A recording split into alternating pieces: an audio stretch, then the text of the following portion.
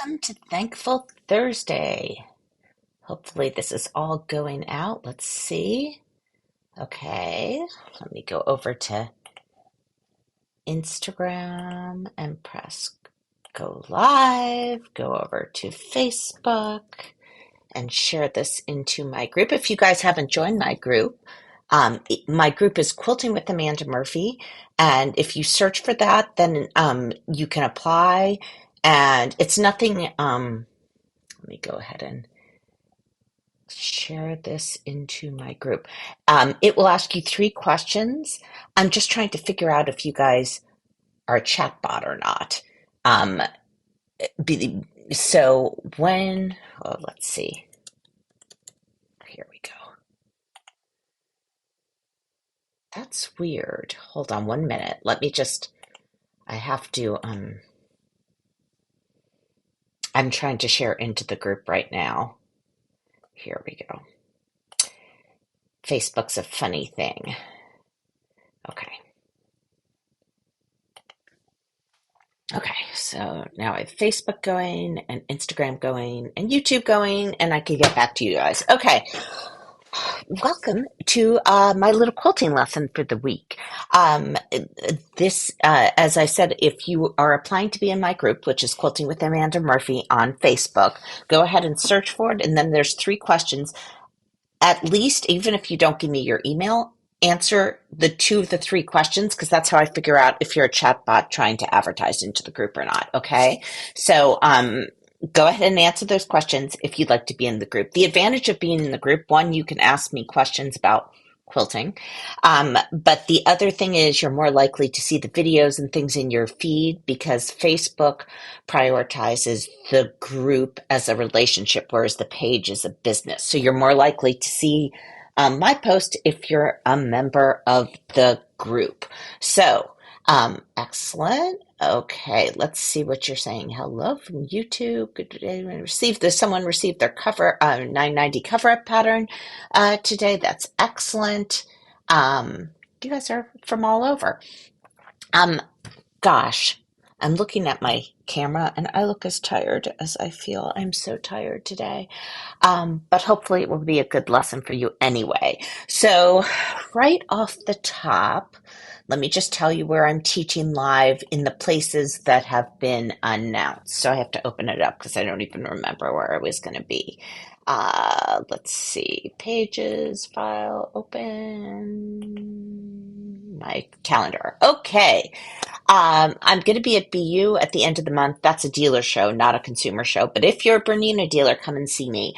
July 24th through 26th, I will be in Hudson, Illinois at Sewing Studio, and that's between Chicago and St. Louis. That is as good as my Midwest geography gets. But I hope to see lots of you from that area there. I think it's a couple hours outside of Chicago. Then August 4th through 6th, I had the wrong dates for this. It's Pine Needles. It's right on their website. Somehow I had previous dates and it got moved and I actually booked my airline ticket wrong for this one and I had to change it. But that's Pine Needles. And so early August in Rochester, Minnesota. Next, later in August, August 22nd through 24th, and I'm going to clean my glasses during this, is World of Sewing nearby in Raleigh, North Carolina. And we have a wild event for you guys there because we're going to be experimenting with lots of different edge-to-edge techniques in the long arm classroom. So it's going to be edge-to-edge computerized quilting, whether you're on the Cumatic or you're doing a pantograph or you're on the 990. We're going to have lots of different stations. It's going to be fun. So that's kind of a new event. And of course, it's still a round robin. It's just my classroom is also like a mini round robin in the event itself. Then we have Rain Tree, which is in Juneau, Alaska, September 4th through 6th. You guys in Alaska, I don't get up there much, so make sure you get up there to one of the two dealers. The first is Rain Tree, that's in Juneau, and then Seems Like Home, September 11th through 13th. That is in Anchorage. So I likely won't be in Alaska for a long time because it's kind of my long trip this year. So make sure you get up there if you are in Alaska. Next, we have Inspired to Sew. That's one of my favorite dealers in Cedar Rapids, Iowa, September 17th through 19th.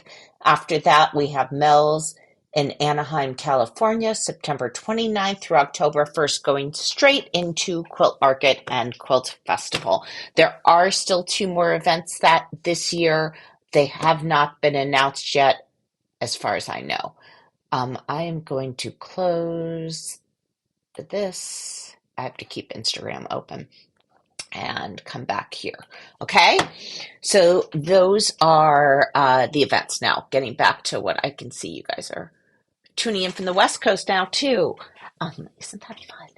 So, um, today I will be quilting on the Bernina Q16. If you are inspired by this broadcast or any of my broadcasts to buy any type of Bernina, so a serger, any serialized products, so a serger, a long arm, a 990, a 7 series, a 5 series, full software, anything over $1,000, and this is US only because it's paid for by Bernina of America.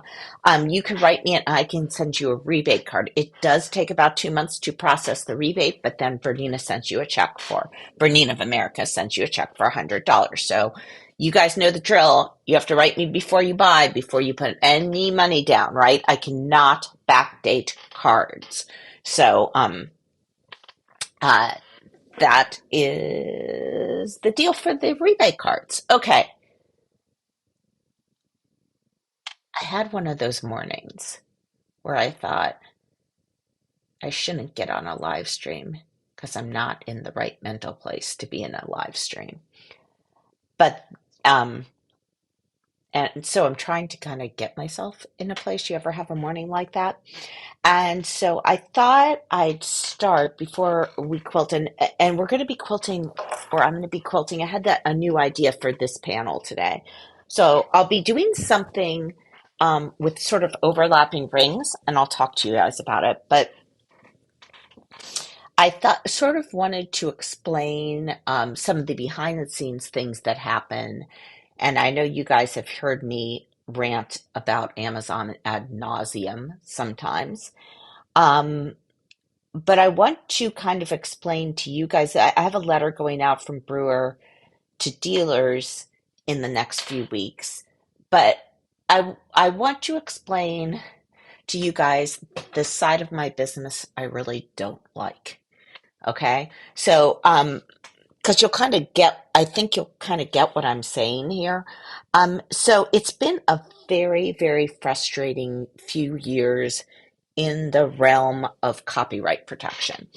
And the reason why it's been frustrating is there have been factories in China. They've gotten very good at knocking off products, very, very good and very fast. So basically, what had happened, as you guys know, my rulers, they're known for their lines, and a lot of people like them because they can be used in so many different ways, right?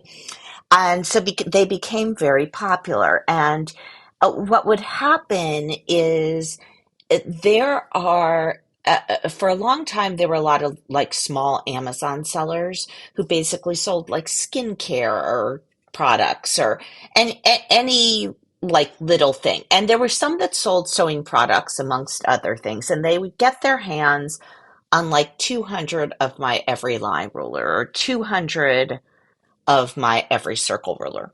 And they would use that to entice people to come in their shop to buy products that were highly discounted, like buttons or,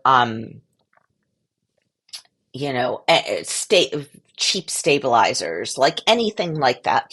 And they use that my products to draw things in. So what happened is uh, my, my products pretty quickly, my rulers became number one on Amazon. Now, the problem with that was most of them weren't legitimate sellers, which we'll get to in a moment. So, at the same time as all this is happening, and AI is starting to really get going, you had this type of software that an Amazon seller would use, and the seller would put in that they want to be the lowest price item on Amazon. And so what would happen is these bots would go at each other.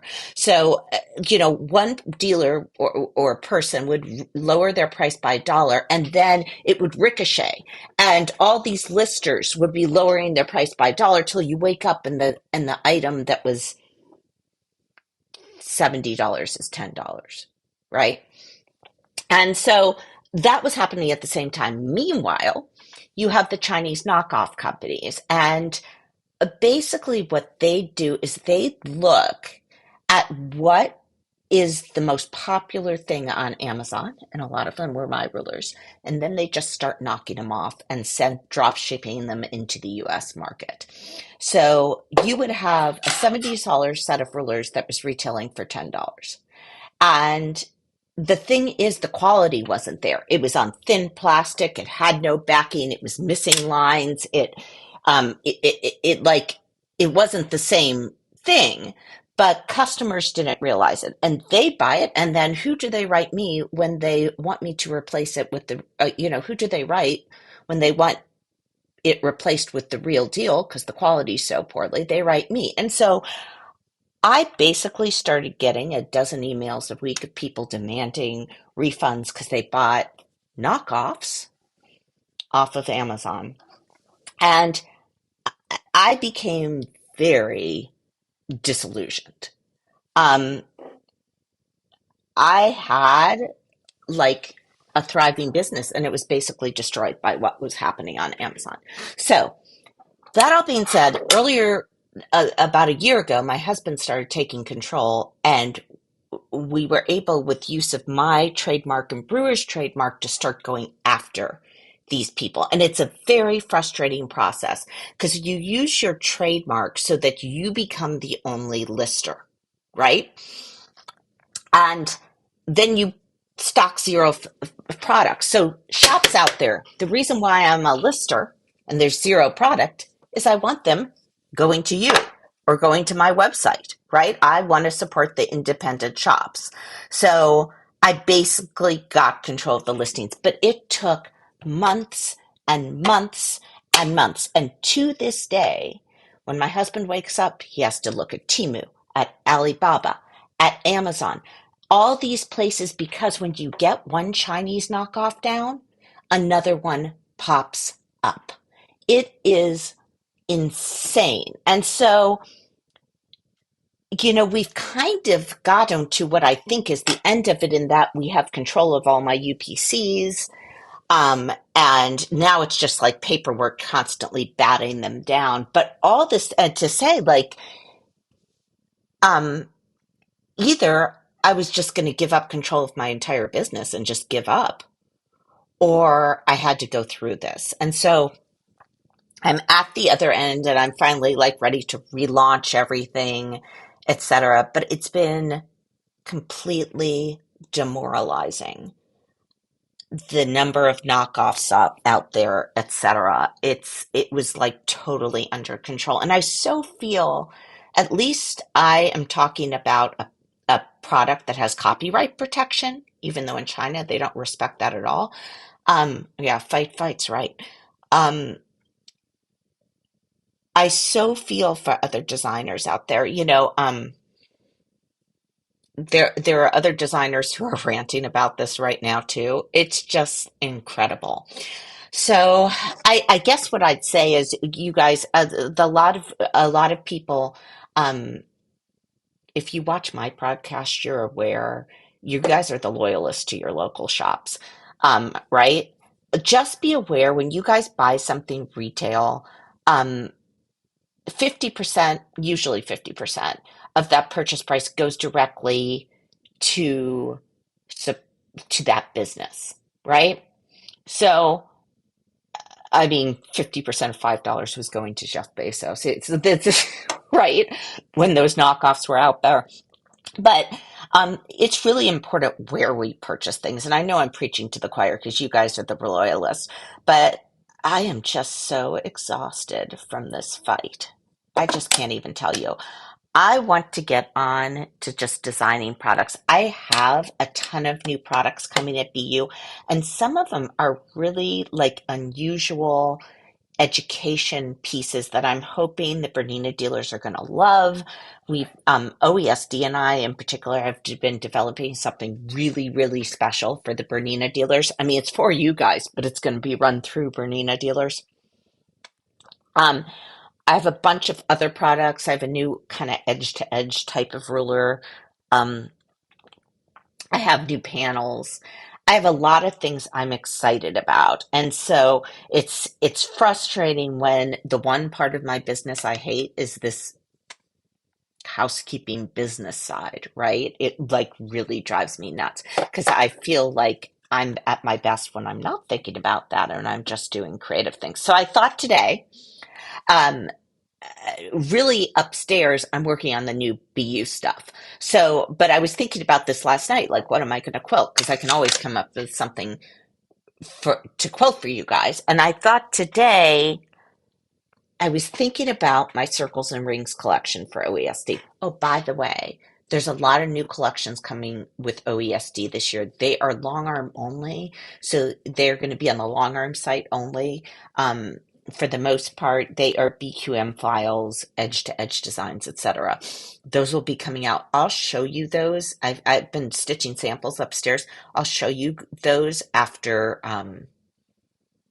BU. Some of them are already out, but I forgot to bring them downstairs today. Okay, so anyway, back to circles and rings. It's a collection on the long arm side of OESD, so quilting.oesd.com, search for circles and rings. It's not sold as, because long arms things aren't sold as like a full bundle. It's just individual. So you would choose your favorite designs and do something like this. And I brought down some of the panels from Cityscape, and I just have a huge pile of things. So I'm going to go through them, and you guys are going to just see them. Some of them aren't going to be related. So like this is the Cityscape applique in night. It's the size of a bench pillow. And this is the day one. This is just how I pack them all. So they're all, right? The day one. You can see the quilting there. Um, So this was the one I was actually going to talk about today, except I have the other color story, right? And you can clearly see the circles and rings. So when I did this on the Cumatic. Do you see, like, those are such regular designs. They have to be done on a Cumatic. Okay, so that's, or on the 990 or something like that. But basically what I did is I quilted around the entire area and then I used a ruler to quilt around the circles, right?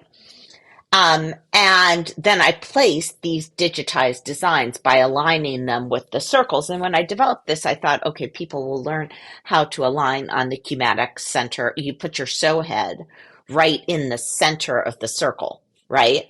So you mark the center of the circle, you put your sew head right on the center, so the needle would be aligned with the center, and then you align the design horizontally and vertically with the sew head itself.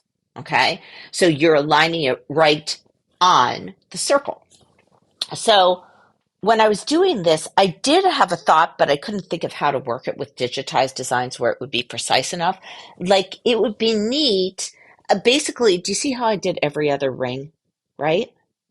I did every other ring. But wouldn't it be neat if I did every ring, but some of the rings overlapped other rings?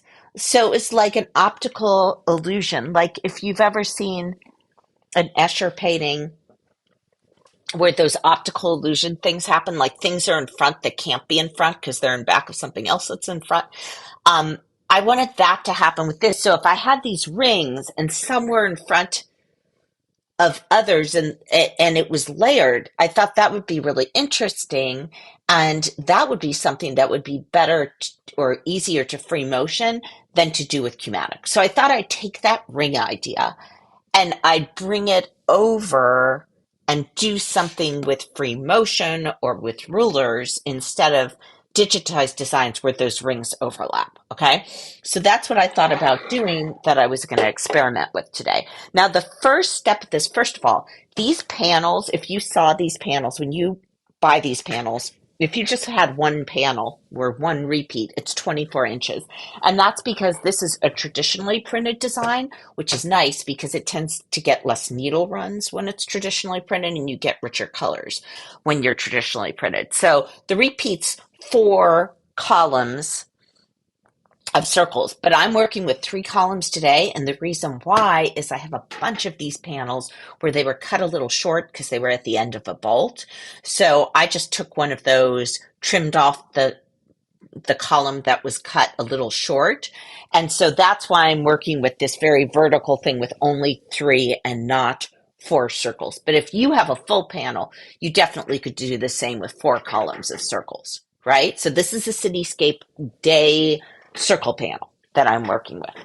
Okay, so the first thing I did was mark the center of each circle all the way through. And the reason why I did is I wanted to be able to draw semicircles, and I'm going to use my semicircle ruler to draw semicircles kind of around the circles to give myself a channel to quilt in. And to align the rulers, I needed to have the center lines on the circles. Does that make sense to you guys? I'm not seeing a comment there. So I'm going to assume that this makes sense to you guys. So let's see here. I'm going to start off by giving myself channels to quilt in. So I'm going to change my camera, but I got to get out my semicircle rulers. So let's see here. Now, the markings are on these rulers. You know, if it says 4.5 on the inside, that's for when you quilt around the inside, right? So basically it's subtracting the 1/4 inch between the edge of the ruler and the needle to give you that 4.5 inch measurement. When I trace, I'm going to be right along the edge of the ruler. So it's actually going to be 5 because I'm not taking off the 1/4 inch measurement. But I'm just using this ruler to give me a channel to quilt in. So I'm not that concerned about it. Okay, so let's see here. I'm going to show you guys. I've just chosen a circle randomly. Oh, and by the way, if I was doing this for real, I would probably use a ruler to quilt around every circle before I began the rings, just to stabilize the quilt sandwich. So let me move this here. Okay, so before I did these ring designs that I'm going to be doing, I would be going with my ruler, and let's see if I have the right ruler, around all of these. So I need a 4-inch internal shape, okay, which would be this. So do you see, I'd use this ruler to quilt around each circle, okay? And you want the 4-inch shape because, of course, it's a 1/4 inch from the edge of the ruler to the needle, right? So I'd be quilting in those channels all the way around. I'm not going to waste time with that today.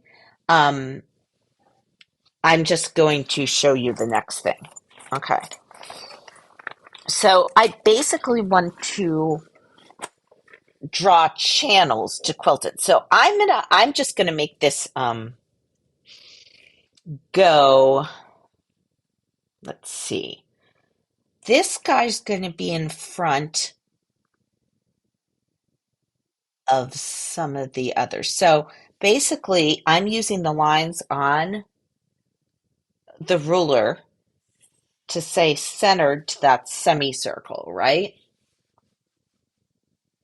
I'm actually going to do the internal one too. I think this is a ruler from set 2 semicircles. Okay. So that's kind of my channel around.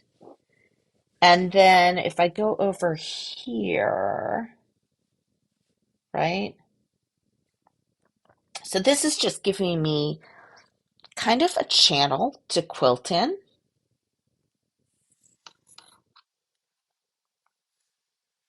Doesn't have to be exact, but that's kind of where I wanted it to go.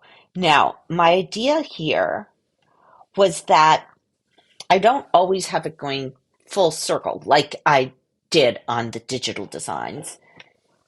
Instead, I'm going to have it be like a 3/4 circle design. And then I'm going to come over here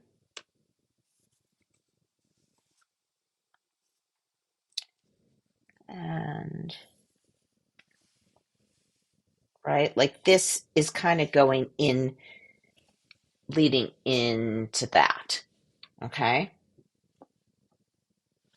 Give you an idea of what this is. I'm going to try to come out a little more. And then I'm just going to continue this until it hits that line. So it looks like this is behind that. Okay. So now let's see. I kind of want it to go around here. So I'm using these lines again. I've never done this because it's always fun to do something live on camera, right? When you have no idea if it will work. So I want to do that. And then this guy's going to go over here.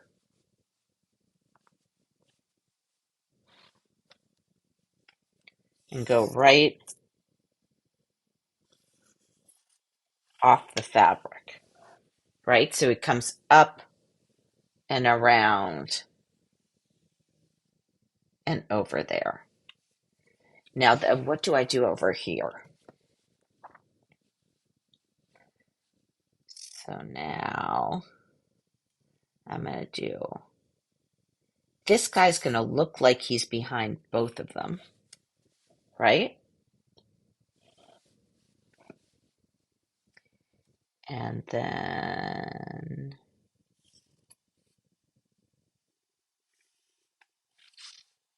right? And then I think I'm going to take this all the way around. There's no right or wrong. I'm just experimenting with creating kind of like a structure. And I decided I needed to draw it first because otherwise I think I get really confused with what is happening.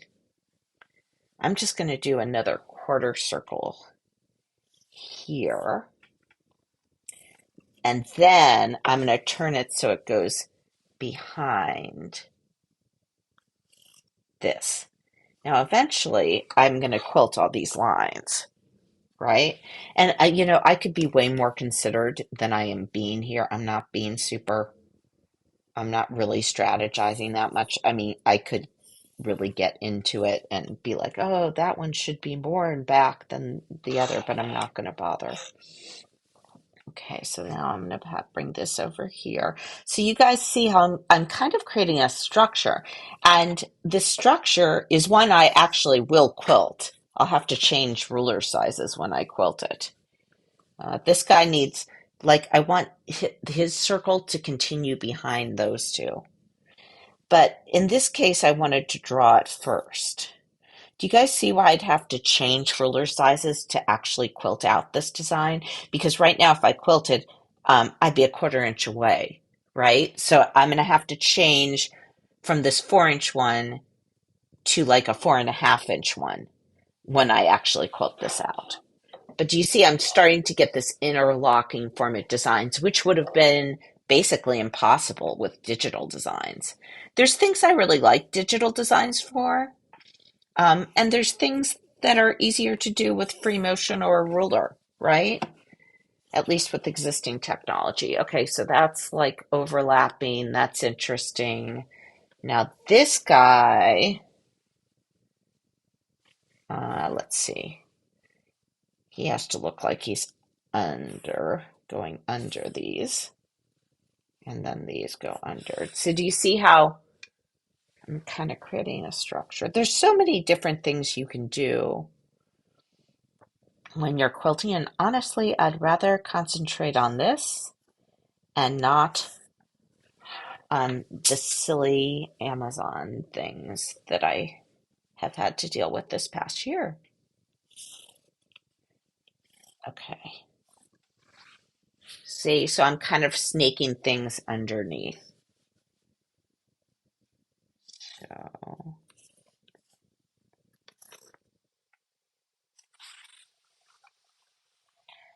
you know what I'm thinking here, though, that I don't like? I'm kind of getting a division in half. I shouldn't have had it go like I did there. So I'm going to just put X and X. I want it to go over like this. Okay, so that's what I'm doing. Do you guys think you got what I'm kind of working on now? Let's do, I'll get a few more done and then I'm going to go ahead and quilt these lines for you. And so the outside of these arcs, I'm going to quilt with the ruler, okay? But the inside fills will be free motion.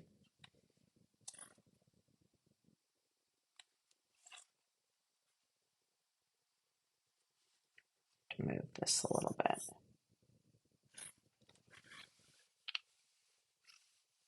I can't decide quite. I guess I want this to go over here. I'm going to do one more and then I'm going to quilt it for you. Okay, so I'm going to say X. I don't want that one. And so now I have to quilt this. Okay, so I'm just quilting. If I don't hit the blue line, that's okay. I'm okay with that. So as I said, I traced this with the 4-inch ruler, but I actually need to quilt it with the 4.5 to be the right distance away. So where did I put? I brought out a bunch of these 4.5 inch. So do you see how like that's the internal shape right there? So I need the 4.5 inch internal shape, and then I need a smaller one for the external shape, like that. Okay, so I needed the 3.5 and the 4.5 to get those two shapes. So I'm gonna start, I think right here, and I'll go around, around, around, around, around, around, around, around till I get over here. Okay, but you can definitely see how drawing it was really important. Okay, okay. So again, if I don't hit the line exactly, I'm okay. I'm going to put on my quilting gloves. Let's see. I have dropped everything. You should see upstairs. Upstairs is like, oh my goodness, it is such a mess. Okay. First thing you guys know, you never bring your ruler over till your foot's down, right? You know this.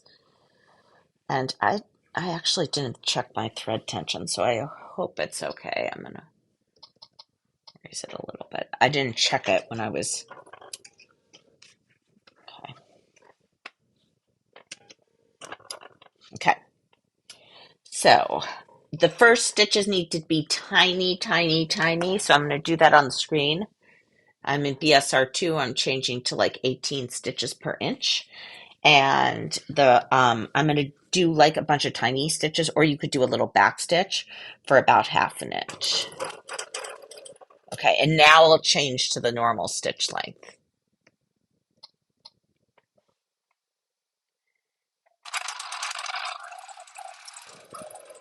And when I get away from that corner, I don't know, where did I put that? Now I have the lights turned off because otherwise it just washes out the fabric and you can't see anything. But normally I wouldn't have my lights turned off. If you need to just scoot the ruler over a little bit to end up in the right place, that's okay. No one's ever going to see that because they look at, whether the line's smooth. We can't really see if it's a perfect circle or not. So it's okay to stop and reposition.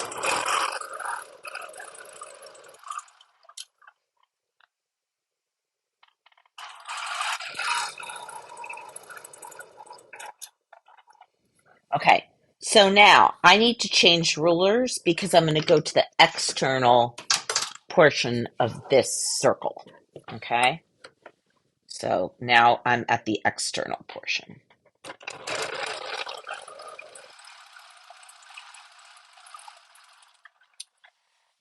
Now I obviously have the BSR. You can see the lights are on the BSR. Okay. If I was on a domestic machine, I'm going to turn this to manual just so you guys can see. If I was on a domestic machine, then I'd have to move steadier. So more like this. This would be domestic.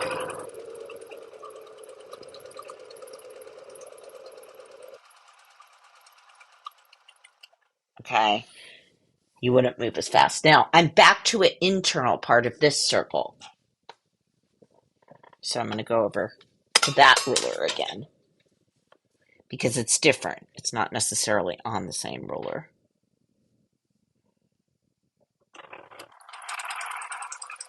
Continue in manual just to make a point to you guys on how smooth you really have to move smoothly. Oh, I never decided what to do here. I'm gonna keep going around to this next point.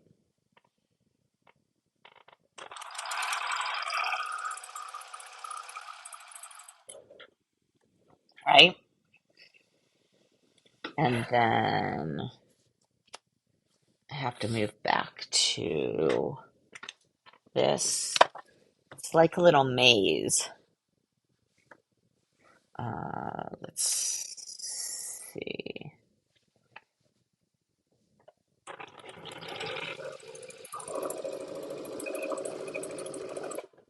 Now I'd have to decide what I'm going to do inside these fills. Because either I do the inner and the outer, right? All the way around. But either I'm going to have to do another echoed line using a ruler. That would probably look best because what it would give me, and we'll assume that these are all quilted already, it would really emphasize this path if I did that, but that's going to take more time. So I have to kind of decide, is it worth it? Oh, I guess I should finish going around. I'm going to turn it back to BSR2. And then let's see. I'm just going to move over here. Okay. And off the edge. Okay. So now I'm going to do the same thing on the other side. So I'm not even, let's bring up our bobbin thread. Okay. On the other side of that curve. So I'm going to do the same thing with the same two rulers, but this time I'm starting on the outside. See, before I did the inside of this time I'm starting on the outside. Let me force a focus here. I mean, there's so many things you can do with just basic geometry. So now I'm on the outside, so it's this ruler, right? This time I'll start with a little back stitch just so you can see what that is. So another way of starting your thread would just be to do like I did, a little tacking stitch right there. So where did I put my scissors? Oh, here. And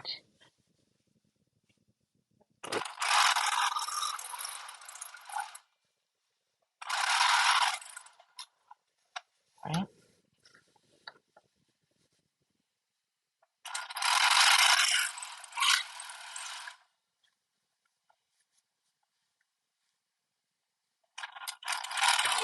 Okay, there I got a little close to that. Do you see that?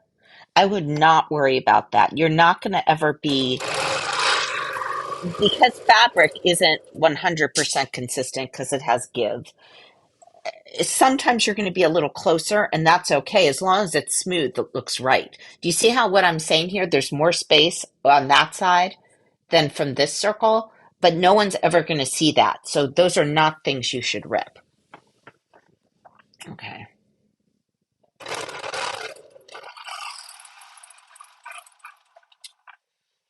And again, if I don't hit my drawn lines were just to kind of get the design anyway.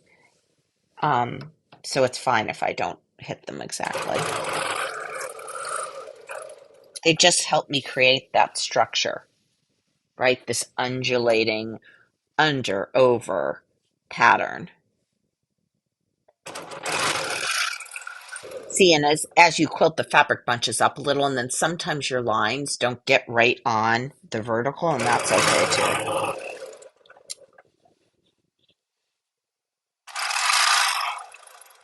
Now here I got to the edge, but I need to continue on, so I'm going to sew up the side of this until I get to the point where I can put on the ruler. Not quite yet. Move over a little bit more. That's pretty good. And now,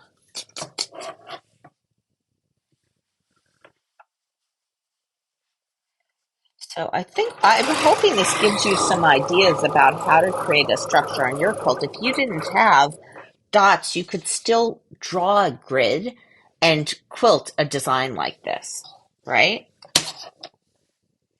So I think I'm going to go over here and let it end.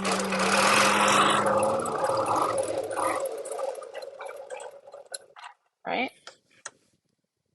That looks pretty good.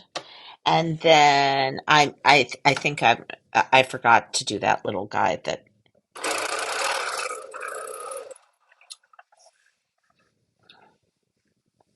Whoops, other one.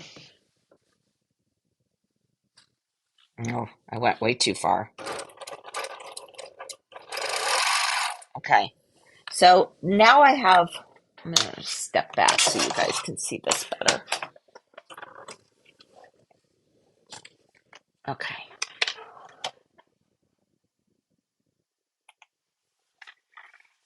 So now I have kind of this channel that's undulating across the quilt.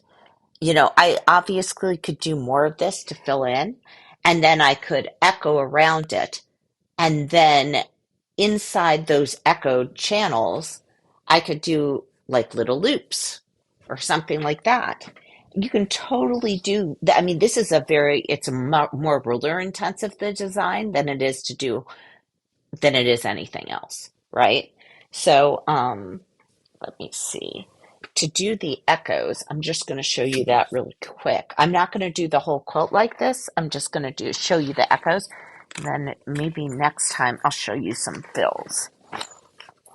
So to do echoes, I need more rulers out. So I have to think about this. That's one of the echoes. I want to leave enough space. I'm just thinking I want to leave enough space to free motion. So if you wanted to echo, you can't echo too far away from those first lines because we're supposed to leave a little space to free motion quilt, right? So let me turn this on so you guys can see what I'm doing. Okay, so I want to create an echo pattern, but it's a big no-no right now with my ruler where it is to come down and bring up my bobbin thread because I could hit the ruler. So this is one of those times when it can be helpful to bring your foot down when it's away from the ruler. I just brought it down on the screen, then move it over into position, right? So you can figure out where it needs to be. That's where it needs to be. Then move the ruler away a little bit so you can bring up the foot. Okay, so just if that makes sense to you. So I need to be over here where it kind of begins. Okay, so then come down, then bring over the ruler again. So you notice how I moved the ruler out when I needed to. And this, I just had a ruler drop on the floor, is a 1/4 inch echo around, all the way around. Okay. Ah, I'm using perfect quilting thread and it's strong because it's wrapped around my ruler and it won't give. Okay. Okay. So now do the other side of the echo. And what you'll see this does, and of course I'm moving fast, so I'm in BSR2, is it really emphasizes this kind of curvy design. Okay? So now I need to find the right ruler to do the echo on the outside, and I'm pretty sure that I have to go down to set 1. We'll see. Oh, no. Yes. I have to go down to semicircle set 1. That's why these semicircle sets, we broke them up so they'd be more affordable, but they kind of work with each other. So, yeah, that's going to give me the echo I need.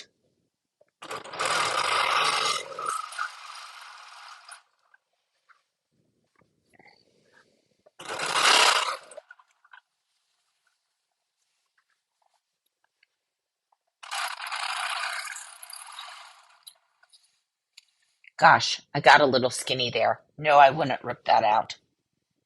You know, life is too short to be ripping things all the time.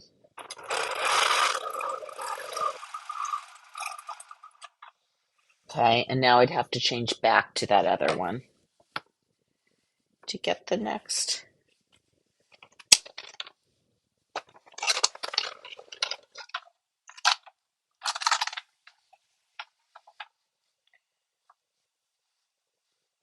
I need to be on a 5-inch internal, not a 4.5. So I hope this is making sense to you guys on how to kind of create an overlapping circle pattern. You can see there that echo is really emphasizing that. And then if I did an echo on the other side, it would further emphasize the pattern. And as I said, if I didn't have dots on my fabric, I'd have to draw grid lines. I could do the same thing, but I'd have to draw grid lines.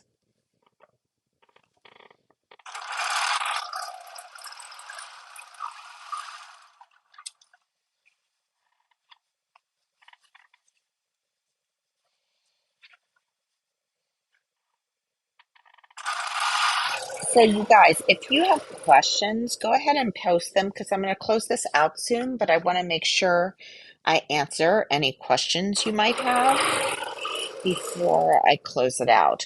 If you're in my Facebook group, I may not see your questions. Facebook changed, so I can't, I can only share into a video that's being posted into the group rather than actually originating a video in the group. So because of that, um, I might miss some questions if you're watching on Facebook. Okay, let's see. Yeah, I think this will look good. And honestly, at this point, I'd probably just go, if I was doing this for real, I had just backstitched over my threads to end it. But what I'd probably do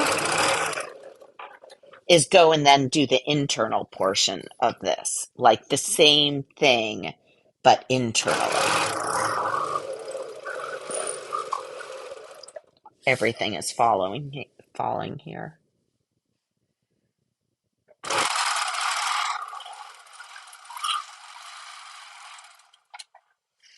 Oh, that looks good. I'm gonna finish this up so you guys can see it. Whoops, have to change to the external.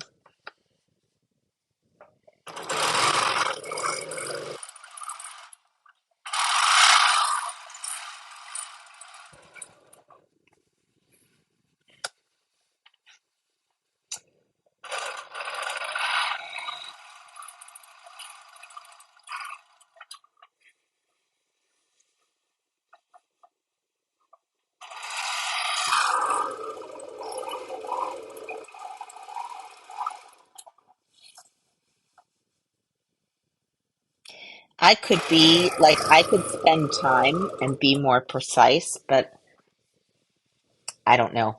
I wouldn't be motivated to do that. I'm more motivated to see kind of like how it will work than have it be perfect. Oh gosh, we're almost done with this part.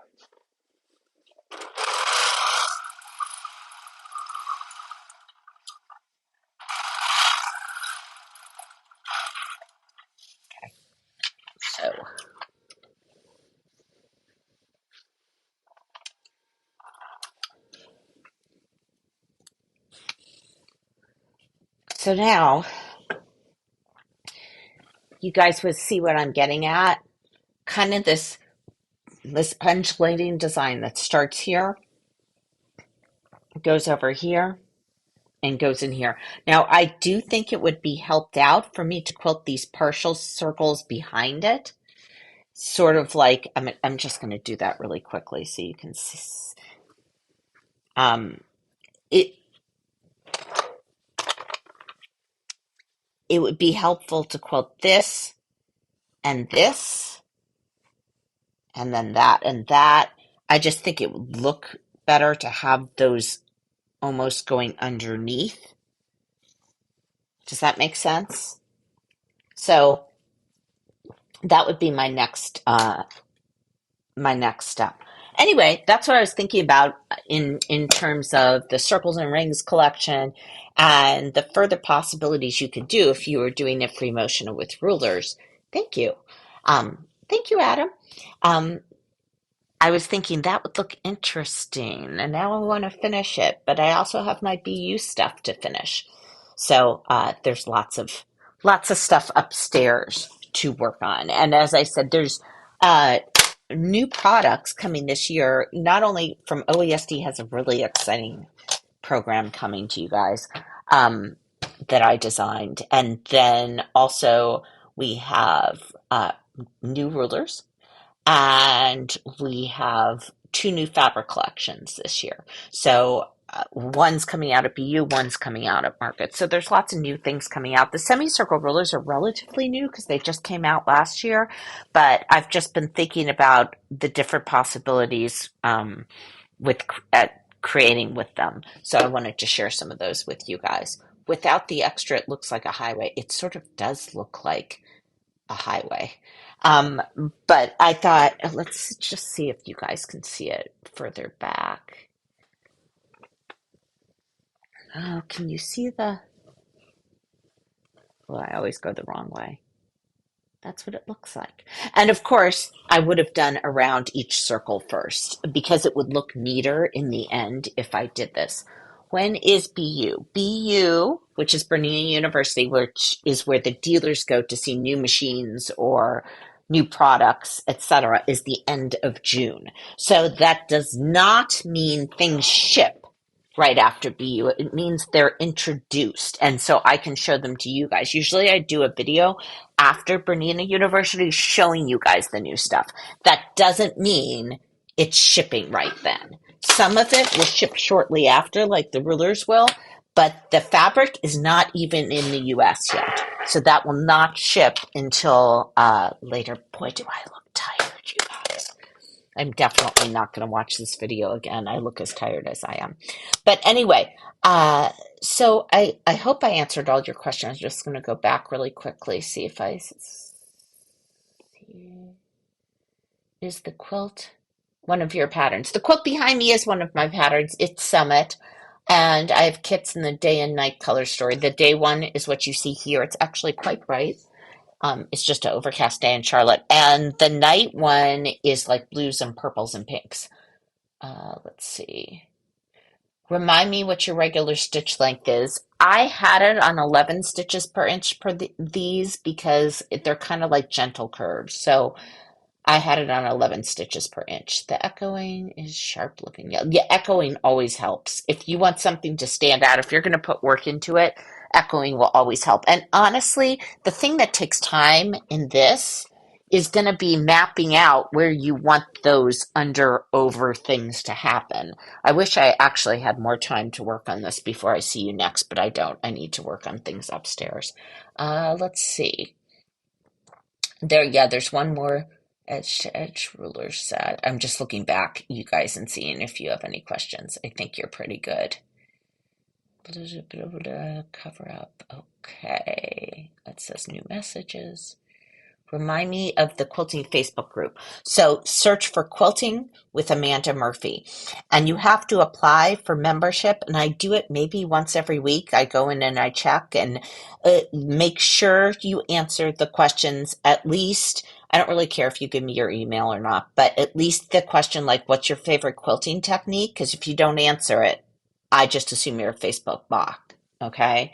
So, go ahead and answer. It doesn't have to be super long. It can just be like free motion, ruler work, anything where I know where it is.